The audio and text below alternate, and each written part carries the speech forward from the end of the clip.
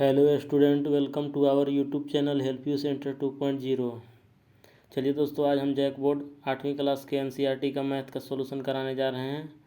आज हम एक्सरसाइज 2.1 यानी कि लेसन 2 का सॉल्यूशन कराएंगे। लेसन 2 का नाम है घन और घनमूल यानी कि स्क्वायर एंड स्क्वायर रूट।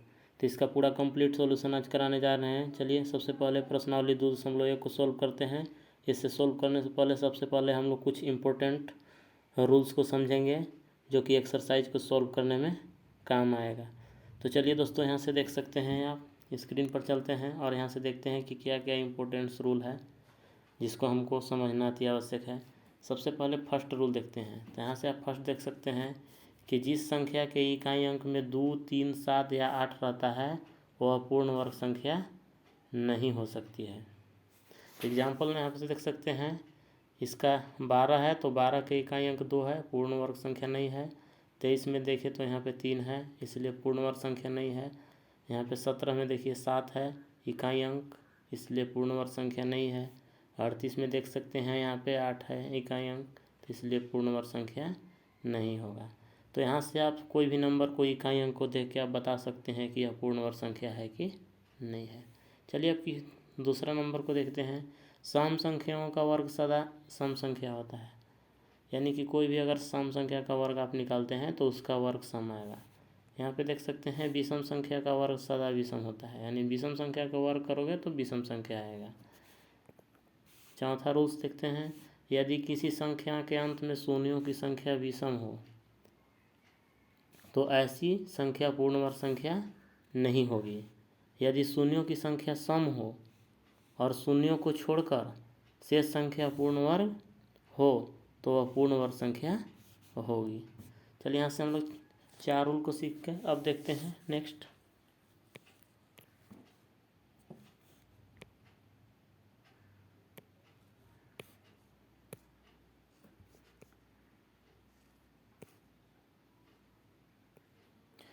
तो देखिए यहाँ पे चौथा जो रूल्स अभी हम लोग पढ़े थे उसका एग्जाम्पल यहाँ पे दिया हुआ है। आप देख सकते हैं यहाँ पे 60 में शून्य की संख्या विषम है, इसलिए यह पूर्ण वर्ग संख्या नहीं है। 1000 में भी देख सकते हैं कि शून्य 3 ठो है, यानी कि विषम है, इसलिए यह भी संख्या पूर्ण वर्ग संख्या नहीं होगा। आप यहाँ से देख सकते हैं इसमें भी शून्यों की संख्या विषम है, इसलिए यह संख्या भी पूर्ण वर्ग संख्या नहीं होगा। इसका बात करें तो देखिए यहाँ पे शून्यों की संख्या सम है, तो जब शून्यों की संख्या सम हो जाएगा तो आगे जो नेक्स्ट नंबर है उसको चेक करना है, यानी कि यहाँ पे 4 के देखेंगे कि यह पूर्ण वर्ग संख्या है कि नहीं है। यदि यह पूर्ण वर्ग संख्या होता है तो यह पूरा नंबर पूर्ण वर्ग हो जाएगा, और यह पूर्ण वर्ग संख्या नहीं होगा तो पूर्ण वर्ग संख्या नहीं होगा 400।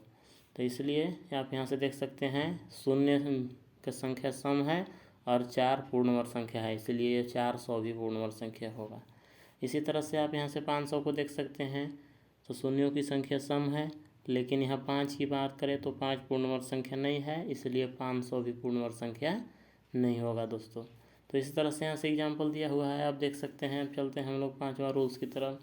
यदि एक संख्या के इकाई स्थान पर 1 या 9 है, आप यहाँ से देख सकते हैं इकाई स्थान पर 1 या 9 है, तब इसकी संख्या के वर्ग के अंत में 1 होगा, यानी 1 या 9 होगा इकाई स्थान पर, तो उसका वर्ग करोगे वो संख्या के तो उसका इकाई अंक वर्ग 1 आएगा। आप यहाँ से देख सकते हैं एग्जाम्पल दिया हुआ है।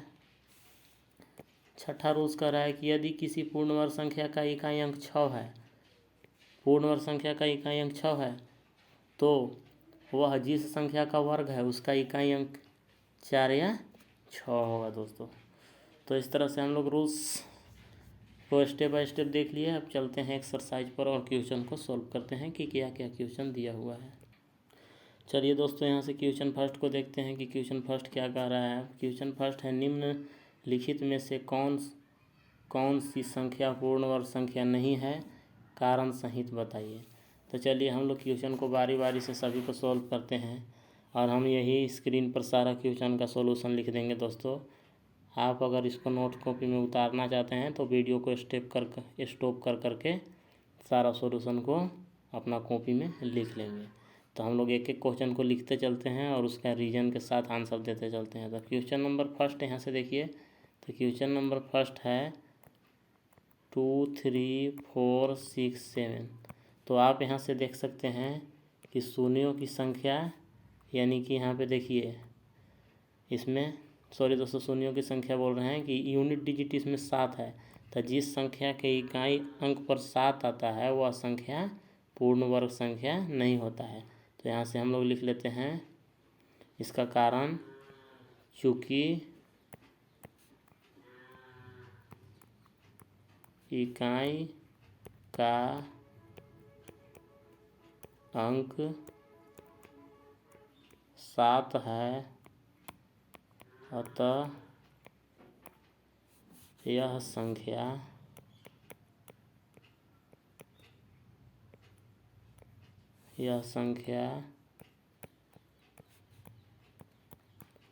पूर्ण वर्ग संख्या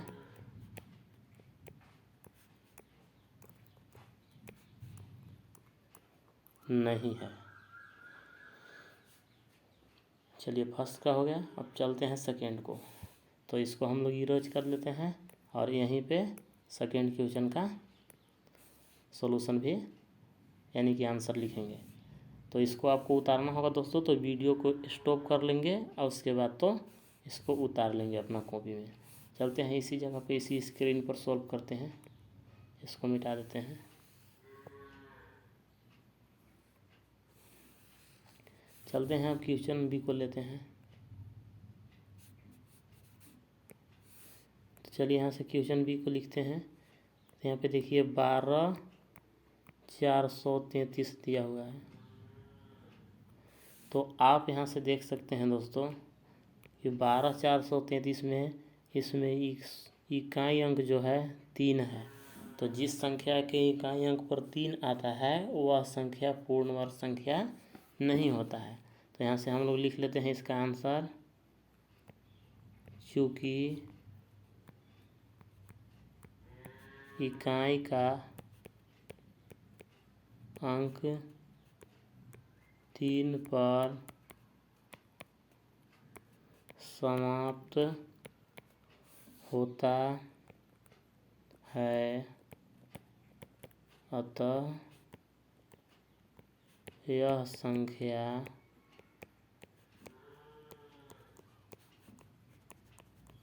पूर्ण वर्ग संख्या नहीं है। इस तरह से क्वेश्चन बी का भी सॉल्यूशन कंप्लीट हो गया। अब चलते हैं सी को देखते हैं।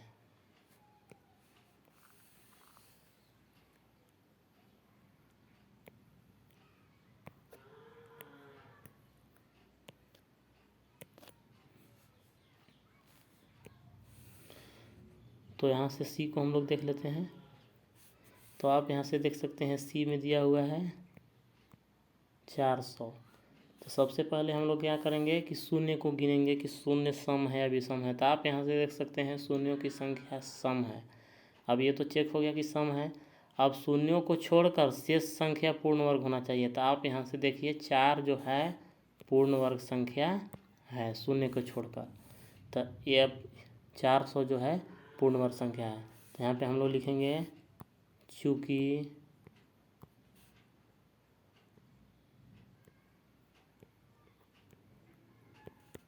शून्यों की संख्या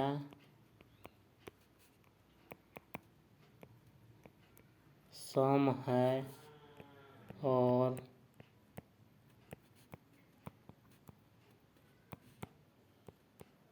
शून्य को छोड़कर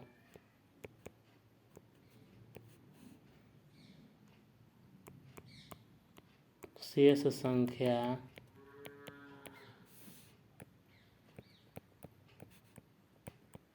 पूर्ण वर्ग संख्या है, अतः 400 पूर्ण वर्ग संख्या है। इस तरह से आप सी का आंसर आप यहाँ से देख सकते हैं कंप्लीट हो गया। अब चलते हैं नेक्स्ट क्वेश्चन डी की तरफ। तो यहाँ पे डी देखिए 1400 है। सबसे पहले इसको इरेज करते हैं।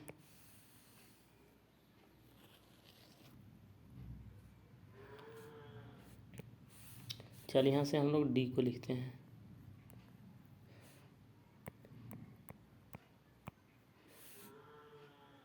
अब यहाँ से देखिए चेक करते हैं, शून्यों की संख्या सम है और शून्य को छोड़कर बाकी शेष संख्या पूर्ण वर्ग संख्या नहीं है, तो इसलिए हम लोग कह सकते हैं कि यह संख्या पूर्ण वर्ग संख्या नहीं है। तो यहाँ पे लिखेंगे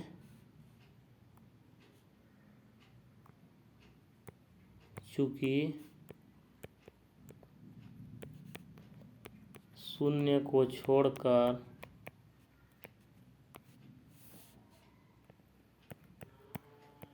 शेष संख्या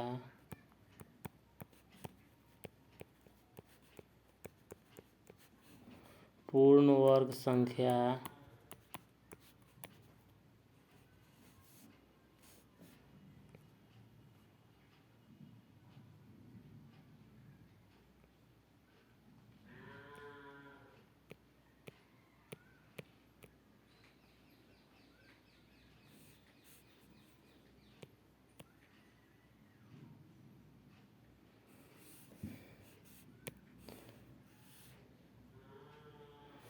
चूँकि शून्यों को छोड़कर शेष संख्या पूर्ण वर्ग संख्या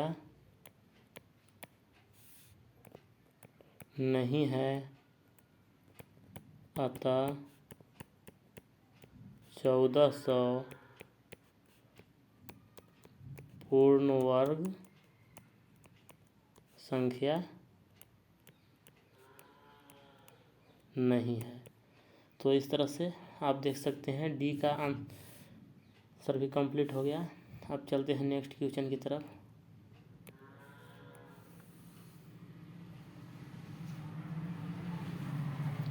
नेक्स्ट क्वेश्चन ये है, तो यहाँ से हम लोग ई को लिख लेते हैं। तो यहाँ पे देख सकते हैं 16,000 है। तो आप यहाँ से शून्य को देखेंगे, तो आप यहाँ से देख सकते हैं शून्यों की संख्या विषम है, तो इसलिए पूर्ण वर्ग संख्या नहीं होगा। तो यहाँ पे लिखेंगे चूँकि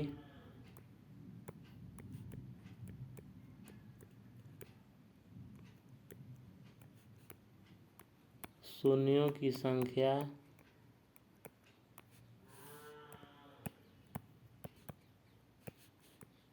विषम है, अतः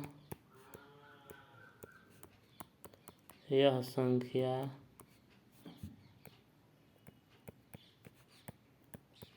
पूर्ण वर्ग संख्या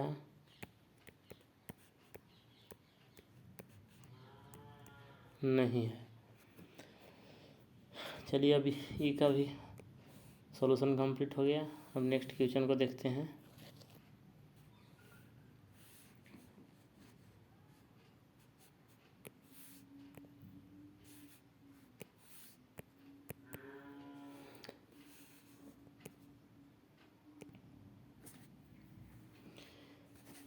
चलिए क्वेश्चन एफ को लिखते हैं। तो आप यहाँ से देख सकते हैं 8100 है, तो 8100 है, तो इसको हम लोग देखते हैं यहाँ पे।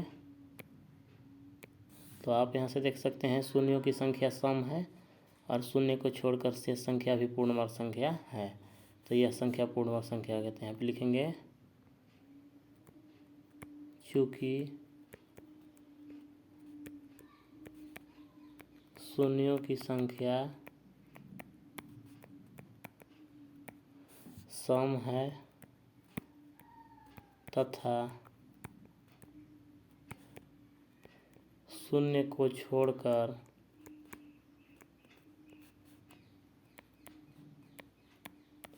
शेष संख्या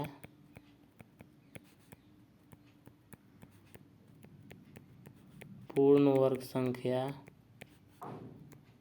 है, अतः 8100 पूर्ण वर्ग संख्या है। तो दोस्तों यहाँ से एफ का आंसर भी हम लोग कंप्लीट कर लिए। अब चलते हैं नेक्स्ट।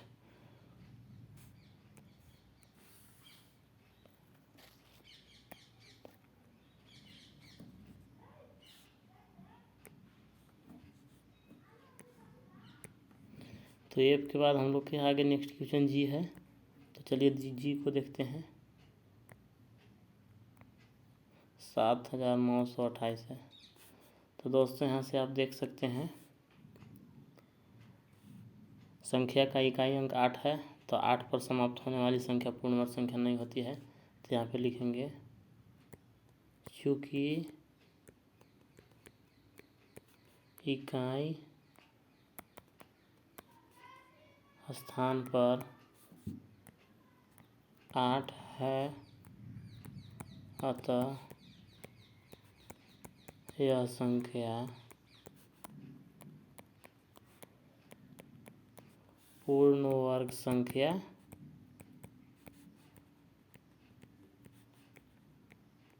नहीं है।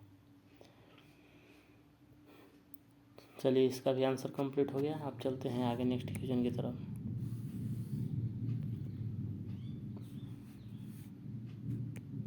नेक्स्ट क्वेश्चन आप देख सकते हैं यहाँ पे एच है 50 50 50।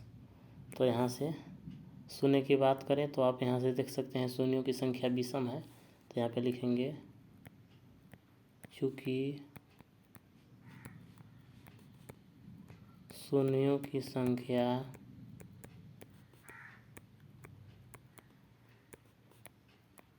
विषम है, अतः यह पूर्ण वर्ग संख्या नहीं है। तो दोस्तों इस तरह से सारा क्वेश्चन का कंप्लीट सॉल्यूशन पूरा हो गया फर्स्ट का। अब चलते हैं सेकंड क्वेश्चन को पढ़ते हैं कि सेकंड क्वेश्चन क्या कह रहा है। तो सेकंड क्वेश्चन को आप यहाँ से देख सकते हैं कि निम्नलिखित में से किसका वर्ग सम या विषम संख्या है बताइए। तो अभी हम लोग रूल्स पढ़ाए थे, तो रूल्स में हम लोग पढ़े थे कि सम संख्या का वर्ग सम और विषम संख्या का वर्ग विषम होता है। तो यहाँ से हम लोग संख्या को बस देखना है कि कौन संख्या सम है। तो जो संख्या सम होगा उसका वर्ग सम हो जाएगा, और जो संख्या विषम होगा उसका वर्ग विषम हो जाएगा, यानी कि सम विषम लिखना है दोस्तों। तो चलिए यहाँ पे हम लोग इसी जगह पे लिख लेते हैं।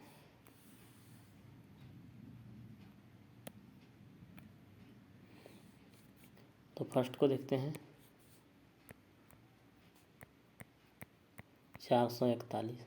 तो 441 विषम संख्या है, तो इसीलिए इसका वर्ग विषम हो जाएगा। तो इसका आंसर विषम लिखाएगा कि विषम आएगा। चलिए अब दूसरा को देखते हैं।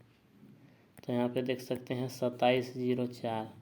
तो आप यहाँ से देख सकते हैं ये संख्या सम है, तो इसका वर्ग भी सम होगा। तो आंसर में हो जाएगा सम। चलिए आगे देखते हैं थर्ड को। तो यहाँ से हो जाएगा 961। तो देखिए विषम संख्या है, तो इसलिए इसका वर्ग विषम हो जाएगा। तो इसका आंसर लिखाएगा विषम। आगे यहाँ पे चौथा देखते हैं 3249।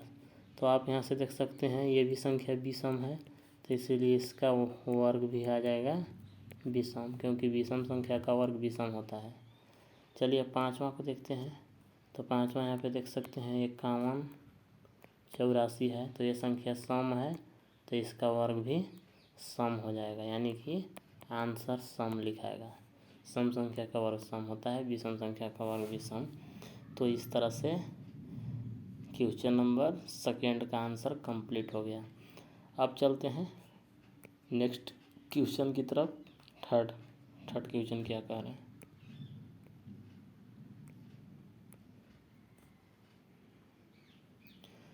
चलिए दोस्तों इसको देखते हैं क्वेश्चन थर्ड को।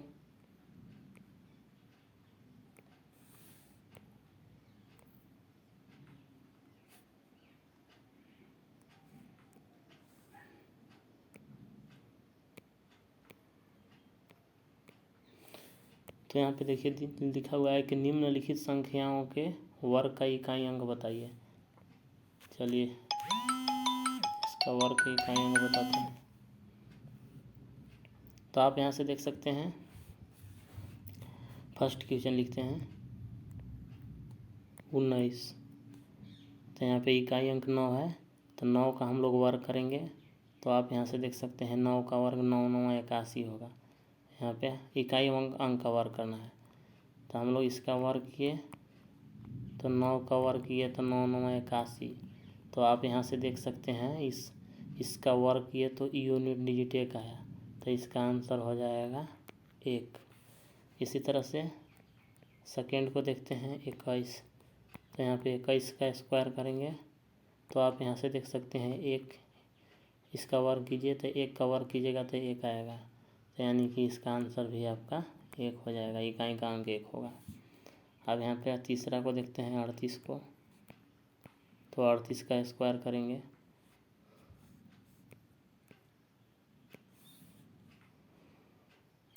तो यहाँ पे देखिए हम लोग 38 का स्क्वायर कर लेते हैं। तो 38 का स्क्वायर किए तो यहाँ पे 8 का जब हम लोग वर्ग करेंगे तो 8 8 64 आएगा। तो आप यहाँ से देख सकते हैं यूनिट डिजिट 4 आ रहा है, तो यहाँ पे इसका आंसर हो जाएगा 4। अब यहाँ से देखिए 66 है, तो इसका 66 के वर्ग कर लीजिए। तो चलिए हम लोग 66 के वर्ग करते हैं। तो आप यहाँ से देख सकते हैं 6 का वर्ग करोगे तो 6 6 का 36, यूनिट डिजिट 6 आ रहा है, तो इसका आंसर हो जाएगा 6। अब चलते हैं नेक्स्ट क्वेश्चन की तरफ।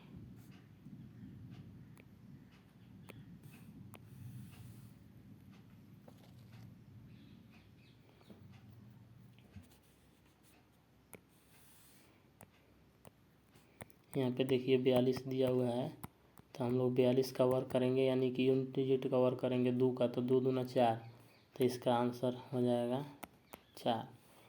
अब यहाँ से हो जाएगा 333 है, चलिए 333 का करते हैं। तो 333 में यानी यूनिट डिजिट 3 है, तो 3 का वर्ग करेंगे तो 3 3 के 9, यानी कि आंसर हो जाएगा 9, इकाई का अंक 9 आएगा। इस तरह से देख सकते हैं 7वां क्वेश्चन 32 94। तो आप यहाँ से देख सकते हैं 32 94 यानी कि 4 का वर्ग करेंगे 4 चौके 16, तो आप यहाँ से देख सकते हैं यूनिट डिजिट 6 आ रहा है, यानी कि इकाई का अंक 6 होगा। इस तरह से 7वां हो गया। अब 8वां को देखते हैं। तो 8वां को यहाँ पे देखिएगा तो 32 55 है, तो 32 55 है, तो इसका वर्ग करते हैं 32 55 का। तो आप यहाँ से देख सकते हैं इकाई का अंक 5 है, तो 5 का स्क्वायर करेंगे तो 5 5 25, तो इसका यूनिट डिजिट 5 आया, यानी कि इकाई अंक आपका 5 होगा।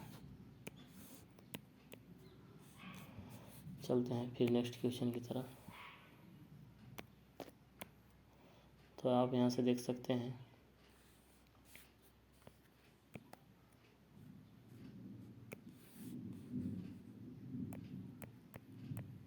क्वेश्चन 9 को। तो यहाँ से देखिए 12 37 है, तो आप यहाँ से देख सकते हैं 12 37, तो 7 का स्क्वायर करेंगे 7 7 49, तो यूनिट डिजिट 9 है, तो इसका आंसर हो जाएगा 9। चलते हैं 10 को देखते हैं। 400 है, तो 400 का स्क्वायर करेंगे, यूनिट डिजिट 0 है, तो 0 का स्क्वायर 0 हो जाएगा, यानी कि इसका आंसर हो जाएगा 0। इस तरह से क्वेश्चन नंबर 4 का भी सॉल्यूशन कंप्लीट, सॉरी दोस्तों 3 का कंप्लीट हो गया। अब चलते हैं क्वेश्चन 4 को देख पढ़ते हैं। तो आप यहाँ से देख सकते हैं क्वेश्चन नंबर 4, निम्नलिखित संख्याओं के वर्ग में शून्यों की संख्या बताइए। तो चलिए हम लोग यहाँ से देखते हैं। फर्स्ट 20 है, तो 20 का वर्ग करेंगे तो यानी 20 गुने 20, तो यहाँ पे शून्य की संख्या बताना है। तो आप देख सकते हैं एक शून्य यहाँ पे है, एक शून्य यहाँ पे 2, तो इसका आंसर हो जाएगा 2, शून्यों की संख्या 2। अब यहाँ से देखिए सेकेंड को 400 है, तो 400 का हम लोग वर्ग करेंगे तो 400 गुने 400 2 बार गुना होगा, तो यहाँ पे देखिए 2 शून्य इसमें 2 शून्य इसमें, तो शून्यों की संख्या 4, यानी कि आपका आंसर हो जाएगा, आप यहाँ से देख सकते हैं इसका आंसर हो गया 4। अब चलते हैं आगे, थर्ड को देखते हैं। तो यहाँ पे देखिए थर्ड है 1000, इसका वर्ग करना है, तो चलिए इसको हम लोग 1000 गुने 1000 कर लेते हैं। तो यहाँ पे शून्य को गिन लीजिए, 3 ठो इसमें 3 ठो इसमें 6 ठो हो रहा है, तो शून्यों की संख्या 6 हो जाएगा दोस्तों। इस तरह से चौथा क्वेश्चन को देखते हैं। यहाँ पे 41 है, इसका वर्ग करना है तो 41 गुने 41 2 बार करेंगे तो आप यहाँ से देख सकते हैं एक भी शून्य नहीं है तो शून्यों की संख्या 0 हो जाएगा। तो दोस्तों इस तरह से क्वेश्चन नंबर 4 का सॉल्यूशन कंप्लीट हो गया। आपको वीडियो कैसा लगा, वीडियो हेल्पफुल लगा होगा तो मेरे चैनल को लाइक एंड सब्सक्राइब कर दीजिएगा और ज़्यादा से ज़्यादा लोगों तक शेयर कर दीजिएगा ताकि सभी स्टूडेंट को इसका बेनिफिट मिल सके। और दोस्तों अगर किसी प्रकार का सॉल्यूशन में गलत होगा तो हमें कमेंट बॉक्स में एक बार ज़रूर बता देंगे और फिर नेक्स्ट वीडियो में उसको हम सुधार कर देंगे दोस्तों। तब तक के लिए धन्यवाद।